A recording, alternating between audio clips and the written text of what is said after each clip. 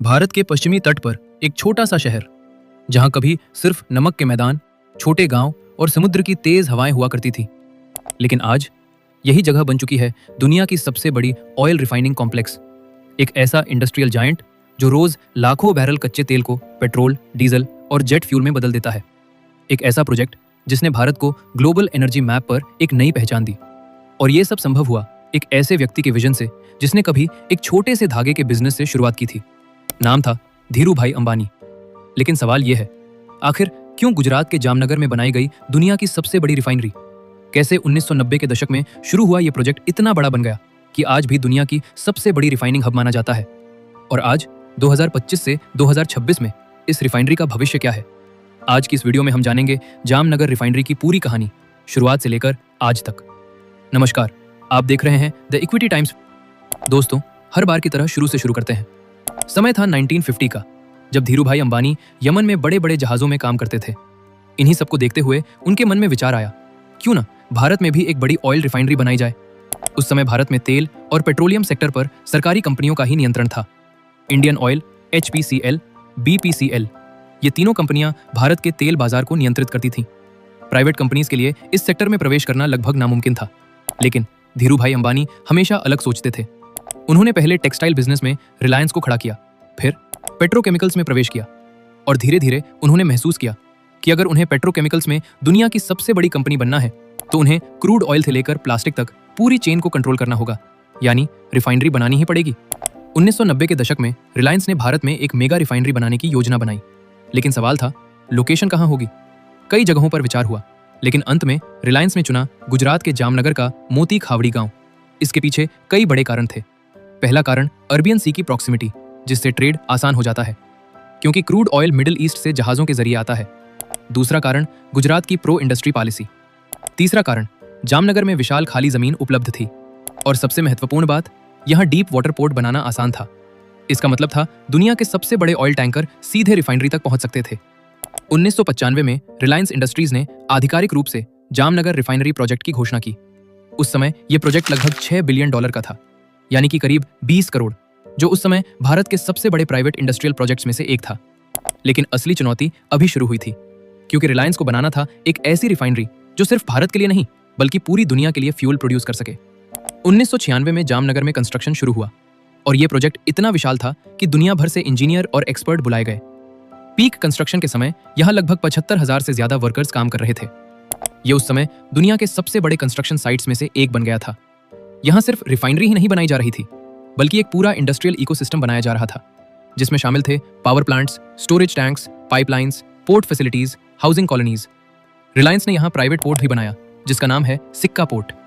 1999 में लगभग 4 साल की मेहनत के बाद जामनगर रिफाइनरी का पहला फेज तैयार हुआ। इस रिफाइनरी की कैपेसिटी थी 27 मिलियन टन्स पर ईयर। उस समय यह दुनिया की सबसे बड़ी ग्रास रूट्स रिफाइनरी बन गई, यानी ऐसी रिफाइनरी जो बिल्कुल नई जमीन पर बनाई गई हो। इस रिफाइनरी की खासियत थी हाई कॉम्प्लेक्सिटी। इसका मतलब यह था कि यह रिफाइनरी हैवी और लो क्वालिटी क्रूड ऑयल को भी प्रोसेस कर सकती थी। और इससे रिलायंस को एक बड़ा फायदा मिला, क्योंकि हैवी क्रूड ऑयल सस्ता होता है और जब उसे रिफाइन करके फ्यूल बनाया जाता है तो प्रॉफिट मार्जिन बहुत ज्यादा होता है। 2000 के दशक की शुरुआत में रिलायंस की जामनगर रिफाइनरी सिर्फ भारत के लिए फ्यूल नहीं बना रही थी, बल्कि अमेरिका, यूरोप और अफ्रीका तक एक्सपोर्ट कर रही थी। धीरे धीरे रिलायंस ग्लोबल फ्यूल मार्केट का बड़ा प्लेयर बन गया। लेकिन रिलायंस यहां नहीं रुका। 2005 में रिलायंस ने एक और अनाउंसमेंट किया, जामनगर में दूसरी रिफाइनरी बनाई जाएगी और यह रिफाइनरी पहली से भी ज्यादा बड़ी होगी। 2008 में यह रिफाइनरी बनकर तैयार हुई। इसकी कैपेसिटी थी 29 मिलियन टन्स पर ईयर। इसका मतलब था अब जामनगर कॉम्प्लेक्स की कुल रिफाइनिंग कैपेसिटी हो गई 58 मिलियन टन प्रति वर्ष। कंपनी के अनुसार जामनगर रिफाइनरी दुनिया में पैदा होने वाले 216 से ज्यादा अलग अलग तरह के कच्चे तेल को प्रोसेस कर चुकी है। इस रिफाइनरी में दुनिया का सबसे बड़ा पैराक्साइलिन कॉम्प्लेक्स और refinery of gas cracker ROGC complex भी में है। इस रिफाइनरी की सबसे दिलचस्प विशेषता यह है कि यह दुनिया की सबसे जटिल रिफाइनरियों में से एक है। ये इसे सस्ते भारी कच्चे तेल यानी गंदे तेल को उच्च गुणवत्ता वाले उत्पादों में बदलने में सक्षम बनाती है। अगर हम जामनगर रिफाइनरी कॉम्प्लेक्स का आकार देखें तो ये लगभग 7,500 एकड़ में फैला हुआ है। यहाँ मौजूद हैं सैकड़ों प्रोसेसिंग यूनिट्स, हजारों स्टोरेज टैंक्स, विशाल pipelines, network, private port, power plants.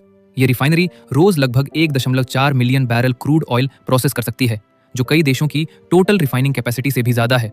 Jamnagar refinery की सबसे बड़ी खासियत है ये मेनली एक्सपोर्ट ओरिएंटेड रिफाइनरी है। रिलायंस यहाँ बनने वाले फ्यूल को दुनिया के कई देशों में भेजती है, जैसे United states, Europe, Africa, Asia. इस वजह से Bharat global fuel export market में एक बड़ा खिलाड़ी बन गया। जामनगर रिफाइनरी दुनिया की सबसे एडवांस रिफाइनरीज में से एक है।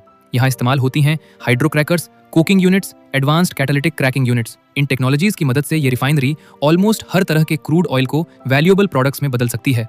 इतनी बड़ी रिफाइनरी होने के बावजूद रिलायंस ने यहाँ कई एनवायरमेंटल इनिशिएटिव्स भी शुरू किए हैं, जैसे large mangrove plantation, water recycling systems, energy efficiency programmes. Jamnagar complex के आसपास दुनिया के सबसे बड़े मैंग्रोव फॉरेस्ट में से एक बनाया गया है। अब रिलायंस सिर्फ ऑयल रिफाइनरी तक सीमित नहीं रहना चाहता।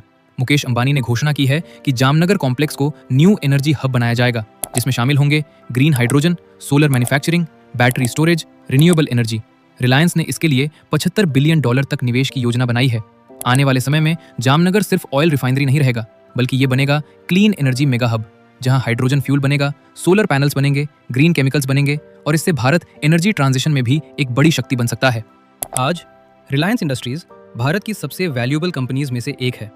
मार्केट कैप 18 लाख करोड़ रुपए है और इसके एनर्जी बिजनेस का सबसे बड़ा आधार है जामनगर रिफाइनरी कॉम्प्लेक्स। ये कॉम्प्लेक्स अकेले रिलायंस की रेवेन्यू का बड़ा हिस्सा जनरेट करता है।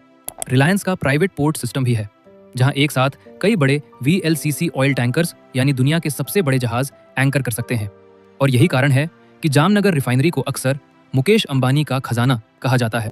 एक समय था जब जामनगर सिर्फ एक शांत तटीय शहर था, लेकिन आज यही शहर दुनिया की सबसे बड़ी रिफाइनरी का घर है। ये सिर्फ एक इंडस्ट्रियल प्रोजेक्ट नहीं है, ये है इंडियन एंटरप्रेन्योरशिप की सबसे बड़ी कहानी। एक ऐसा सपना जो धीरूभाई अंबानी ने देखा था और जिसे आज मुकेश अंबानी आगे बढ़ा रहे हैं। और शायद आने वाले समय में जामनगर सिर्फ ऑयल कैपिटल नहीं, बल्कि world's largest green energy hub बन जाएगा। आपको क्या लगता है, जामनगर के टक्कर में कोई और रिफाइनरी बन सकती है? इसी के साथ अगर वीडियो अच्छा और इन्फॉर्मेटिव लगा हो, चैनल को सब्सक्राइब, लाइक और शेयर जरूर करें।